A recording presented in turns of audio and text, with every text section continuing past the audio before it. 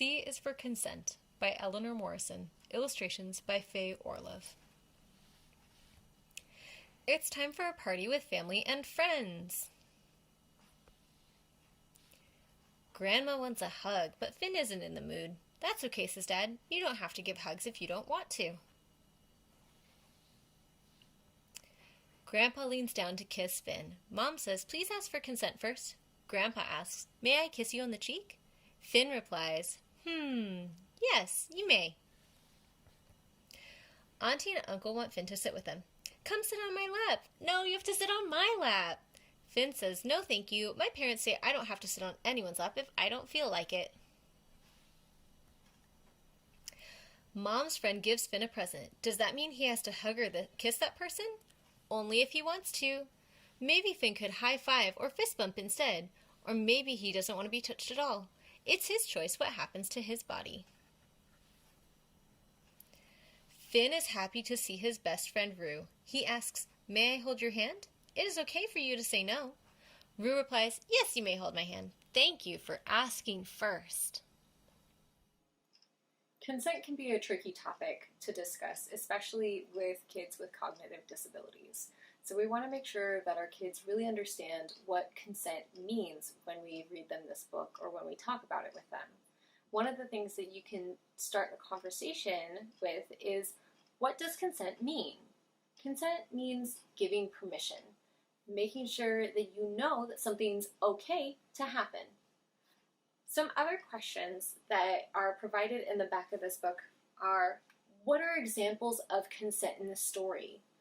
When does Finn give permission, or when does he get permission from somebody to somebody else saying something is okay to happen? Who should you ask before giving a hug or a kiss? What kinds of touch do you like? What kinds of touch do you not like? These things are really important to talk about over and over again with our students because their ability to process touch differs from day to day, just like all of ours does. But theirs has some more significant reactions to it sometimes if they are not in the right place to receive a particular type of touch. What touch is appropriate or inappropriate, good or bad? This is a really big question, and it can be really challenging to answer when we as parents or as caregivers are trying to explain to our students that maybe something needs to happen, like a medical procedure, and it's a touch that doesn't feel good, but it ultimately is to try to help them. How do you explain that to your child or your student to help them process what's going on and make sure they understand what's helpful? How do we also teach our kids to advocate for themselves when they don't like a particular type of touch? How do we tell them it's okay to say stop or no thank you and to move away when they don't like the touch that somebody is giving them? These are important questions and we don't have all the right answers for them, but it's important to keep talking about them.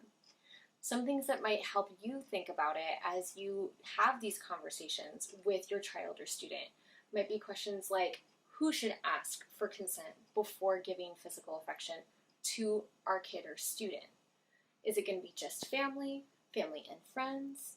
Who needs to ask permission in your world? What feels right for your family? Another question is, if we don't ask our child for consent, will we respect indications that he or she doesn't want to be touched? So this is really important, especially for our students who are not using a lot of words to communicate and rely a lot on their actions to communicate what feels good and what doesn't to them. How do we pay attention to a move away or a lean in to know what they do or don't like? Do we promise to always take our child's feelings seriously if he or she expresses discomfort with someone's touch? How do we communicate about this with our students who are using talkers or using actions and behaviors to communicate instead of verbal language? How do we recognize when our students or our children are needing some extra help in processing a situation that just happened, or maybe that will happen, maybe a stressful event like going to the doctor or going out in public where there was an altercation with somebody? How does that all affect them, and how can we be there to provide that support and that love and that care for them. A couple other questions you can ask are, does our child always, never, or ever have to ask before hugging or kissing us? So how do we as parents or as caregivers model what's appropriate behavior with us? For our teachers and our caregivers, that behavior might look very different than how it looks from parents or siblings. Are we prepared to step in if a relative or friend is pressuring our child for physical affection? This is a really culturally sensitive way of interacting, because a lot of cultures have hellos and goodbyes done with hugs or with kisses or with other types of touch, and our students with sensory processing challenges might not be able to process those types of touch in a positive way. It might feel really stressful for them. So talking with your student or child before going to functions where they might be touched by relatives or friends or other family members, to help them decide in advance what they might feel okay with. Do they want to give high fives to everyone? Do they want to just wave?